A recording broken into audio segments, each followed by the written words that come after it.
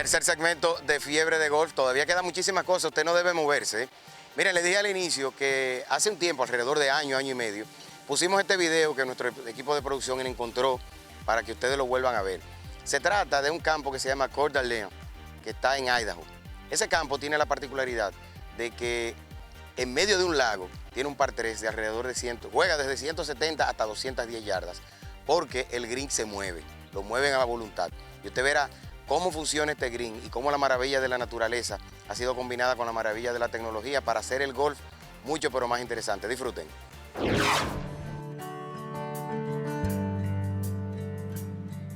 One look out into Lake Coeur d'Alene in northern Idaho, and two things are apparent. It offers some of the most breathtaking views in the Pacific Northwest, and their main golf destination is just a little different from your average 18. It's not my character to just build cookie cutters. We got to challenge, we got to do the unique thing. It's that philosophy that publishing tycoon Dwayne Hagedorn applied to this former sawmill in the foothills of the Rocky Mountains. Beginning at the practice range, where there's no penalty for hitting into the water, not when you're aiming at flags in the lake and, of course, using floating balls. Her whole resort was really kind of evolved around the lake. Our owners always said that the lake is really what we're selling here. From there, a complimentary pre-round massage is waiting, and if you choose to drive, luxury carts are the norm. Who's got heated seats? Who's got tilt wheels? Who's got chrome wheels? Who's got walnut dashboards on their golf carts? We try and go that step further. The experience continues through the woodlands and mountain water of the front 9 at Coeur d'Alene. But it's after the turn at hole number 14 that sets this course apart from anywhere else in the world. I had an old four-wheel drive Suburban and my shepherd dog, and we sat up there on a stump, and the mill was still operating, and there was a perfectly round log boom. And I thought, now why can't that be a green? It could be an island green, but that wasn't enough to satisfy Hagedorn. His vision was for the world's only movable floating island green. It wasn't an easy sell in the beginning. The first problem I had was getting my architect to agree to it. He thought it was just a joke. Scott Miller was a designer. He worked with Nicholas and went out on his own, and he just fought me. I mean, he just said, Dwayne, that's just, you just don't do those kind of things. So then he took it to Nicholas. And Nicholas says, "Oh God, you better talk that guy out of that." And I just hung in there. And a few years later, in 1991, Hagedorn's dream and the most expensive green ever built became reality. We've never really given the actual dollar amount, but it's at least 3 times any other green ever built that I know of. I mean, it's huge. It's basically a ship. The green was built on essentially a barge system, and then the structure, the contours, everything was built afterwards, basically like building a house. We have the capability of moving from about 100 yards out to 270.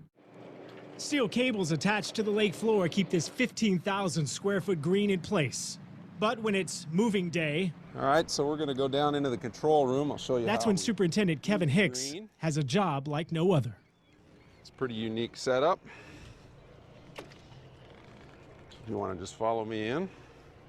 The thing that always amazes me when I go down there is there was no template for it. It was something that our engineers had to dream up from scratch. You know, you couldn't just look at the How to Build a Floating Green for Dummies book.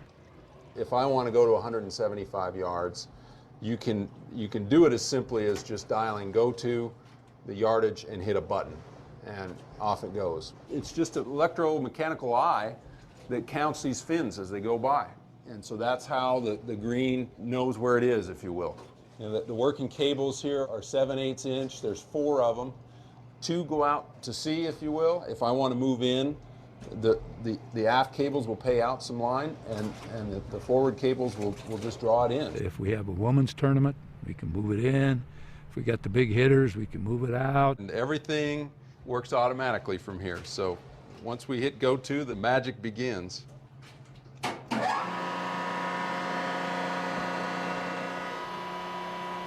Kind of like the thrill, the nervousness never really goes away when you do this because it's loud, and what if you can't stop it? It's kind of the last thought before you hit the go-to button. And though difficult to detect with the naked eye, a green that was once 157 yards out is now playing at 165 yards, just 2 minutes later. It's a pretty unique opportunity. It's the best office in the world, as far as I'm concerned. The 17th hole at TPC Sawgrass has been described as the scariest hole in golf, but they don't hand out certificates of achievement for scoring par there. But they do at Coeur d'Alene. Congratulations. Thank you. Although this result is more common. Skip, skip, skip. When you come to Coeur d'Alene, everybody you talk to says, "Oh, is that the place with the floating greens?" Of course it is. Have you made it? No, not yet.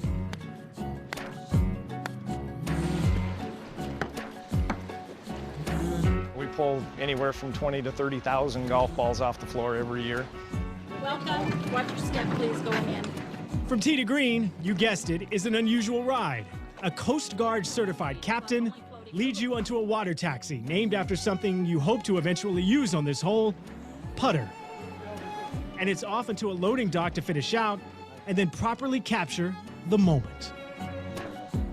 I wanted some sizzle, and coming up with the idea for the floating green was really the home run. It's probably the most recognizable object in northern Idaho and maybe the state of Idaho.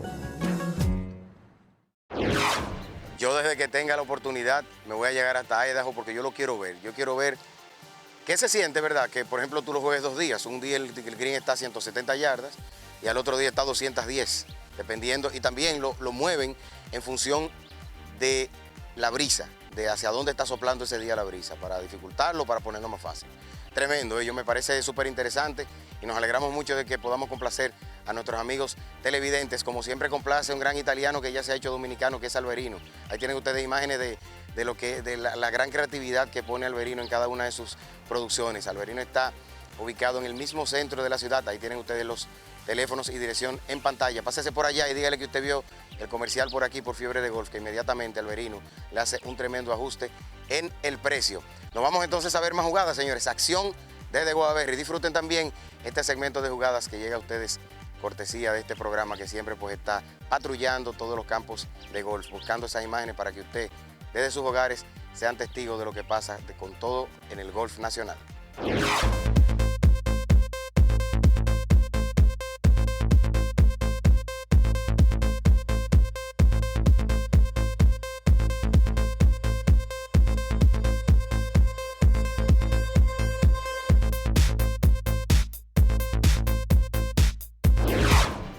Acción de la que se vive aquí en Guadaberry. Miren amigos, nos han dicho mucha gente que quieren ver también las fotos de cuando ellos reciben sus premios, porque en el programa la realidad es que le ponemos muy poco, ¿verdad? Y entonces ellos quieren también verse en televisión y verse por más tiempo.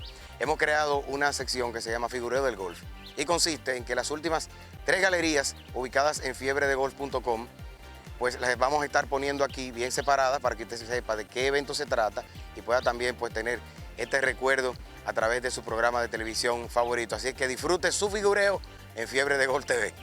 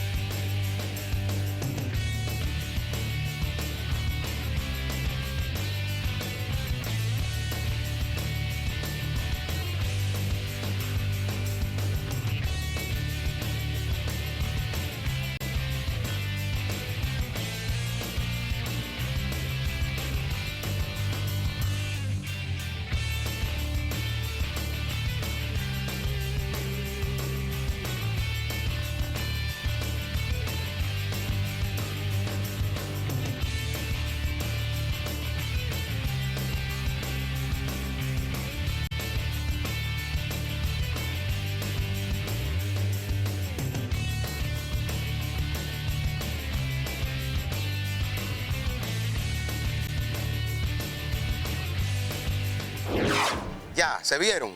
Al dominicano lo que más le gusta a veces en una revista y en televisión, yo no he visto una cosa así. Pero bueno, para eso nosotros estamos, para satisfacer pues esa necesidad, esa demanda de los golfistas principalmente, que son la materia prima de este programa y que siempre están muy de cerca con todo lo que hacemos.